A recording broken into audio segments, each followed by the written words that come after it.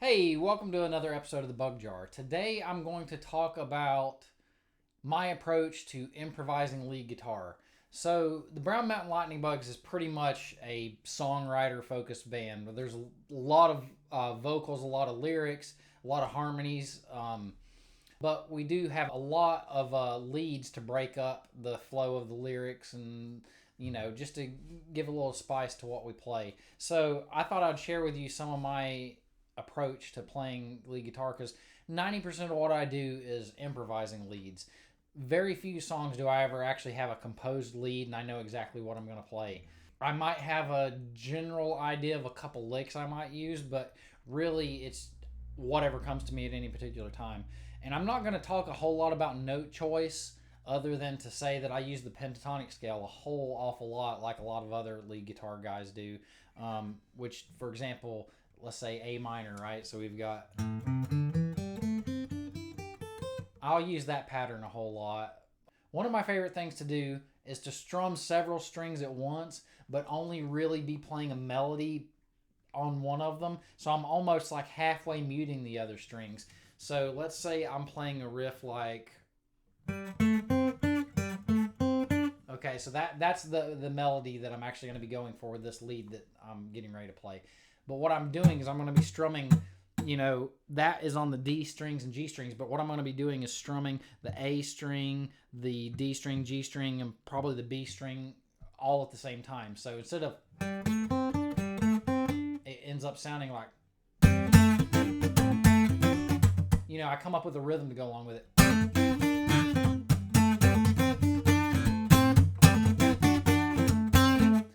Also, in the process of doing that, I'm throwing in just a little touch of other strings not being muted in there. So you're still getting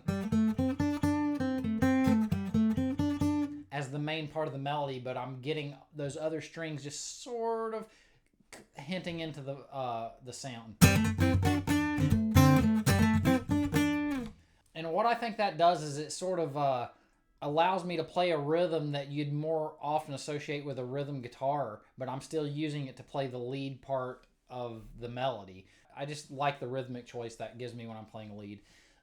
There's a technique that saxophone players and a lot of other woodwind players use called overblowing, right? And so a normal saxophone note might sound like woo, doo, doo, or whatever. But when they overblow the note, which they're giving an extra amount of force to it, I don't know the exact technique on it, but it kind of makes the note quack a little bit. It's like wah wah wah, right? Well, you can do the same thing on guitar. Instead of playing the notes real cleanly, like you can go,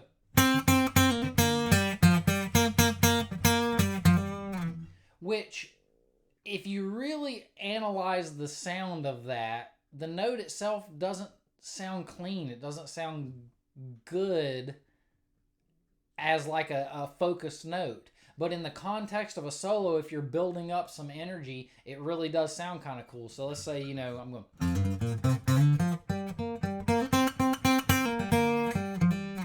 using it at the end of a phrase like that, or even the beginning of a phrase.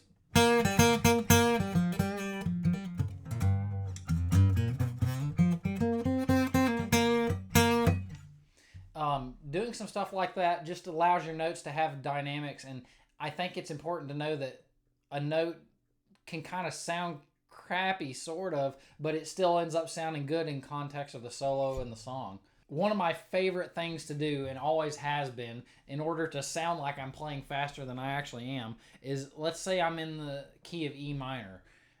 I'll go to my high E string and play a series of pull-offs or hammer-ons on that string using the scale that we are playing in. So if it's E minor, it'd be like,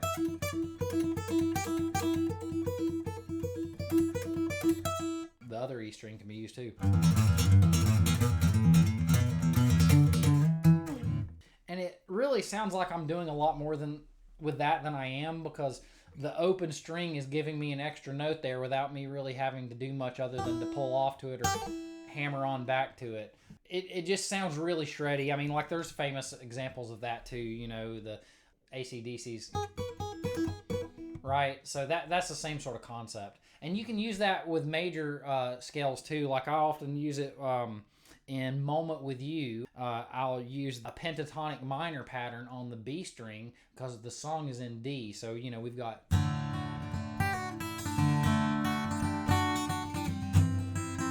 So that's the rhythm that's going on, and in the process of that... So, again, I'm using that same pentatonic minor pattern, but because we're in the key of D and I'm playing out of B, it sounds really pretty and nice. Another one of my favorite things to do is to play notes sort of slightly off rhythm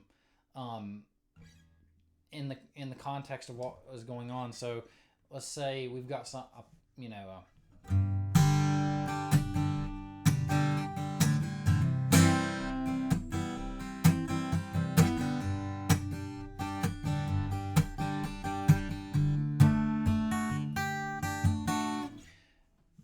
pretty straight like GCD sort of rhythm like that. So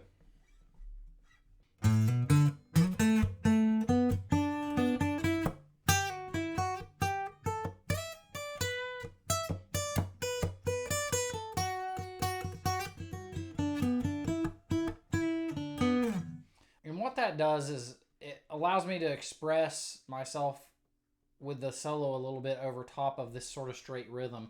If I'm throwing in those off notes that are sort of hesitated notes, it just gives a different feel and lets me say something with what I'm playing a little bit more than if I were just playing these really rhythmically straight notes.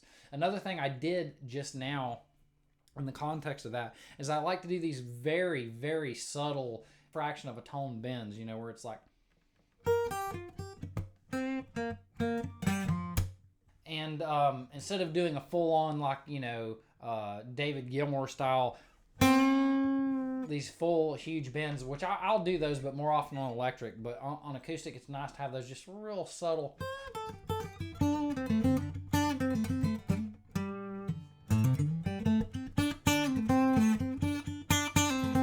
And I'm also using that little overblowing type technique there, too.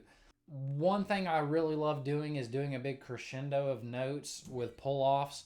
Let's say I'm in the key of A. If you've ever heard me play live, I know you've heard me do this lick. And I like to do this at the end of solos a lot of times to try to sort of resolve things in a sort of epic way and bring us back to a chorus or maybe the end of a song or something like that. But it's really just a pattern of pull-offs in that same pentatonic minor box pattern. So it's...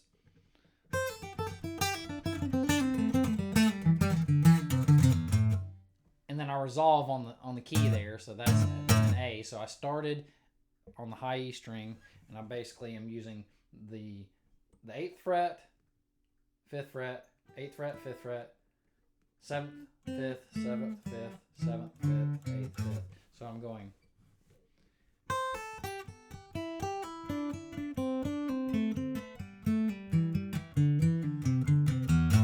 Okay, and I threw in an open E right there because that works, but...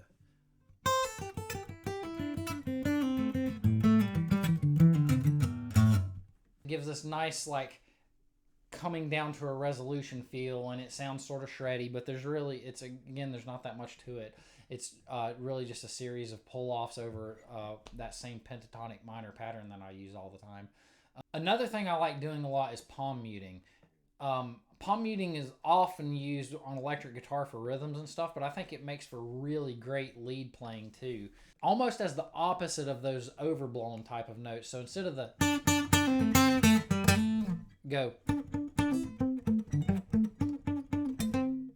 And it gives a sort of funkiness to what you're doing, and it's like we're reaching the waterfall and we're right on the edge of where the water comes cascading over the, you know, the edge there, but we're not quite there yet. So like this is the... that's the water going ahead and crashing over, but the palm mute is, you know, it's like we're almost there, the tension's building.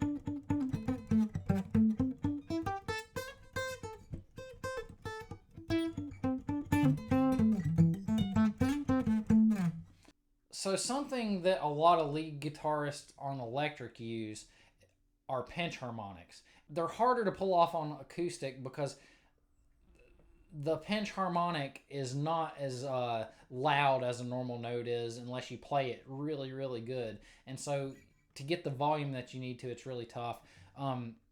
I know some people like Zack Wild and stuff are really known for doing them. Zack Wild from Ozzy Osbourne's band.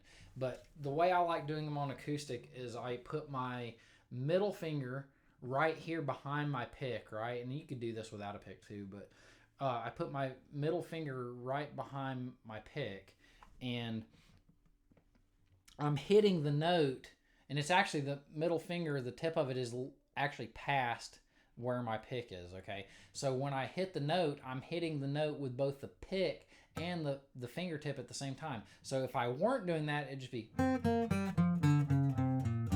But if I'm doing that,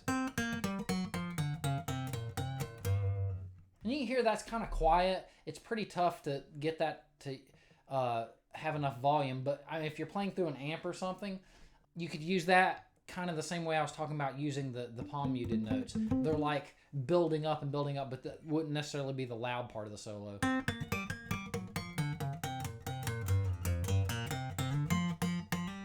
And one of my favorite things to do is to do double stops on the high E and B strings. So let's say we are in that same A minor key that we've been for the majority of this video, right? When we're in A minor, pentatonically, I have a lot of really convenient double stops. I have both open on the A and B strings, 3rd fret, 5th fret, 8th fret. When I get up to the 9th fret, it has to be the 8th fret on the high E string. Okay. Then we're back to double open,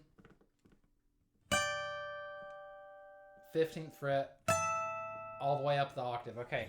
Now, I'm probably not going to use all that, but one thing I'll do with those double stops is slide them around, hammer them on and off, slide them back and forth to each other a lot. So it's like, for example, let's say we're playing a song. Here's the lead coming up. It's...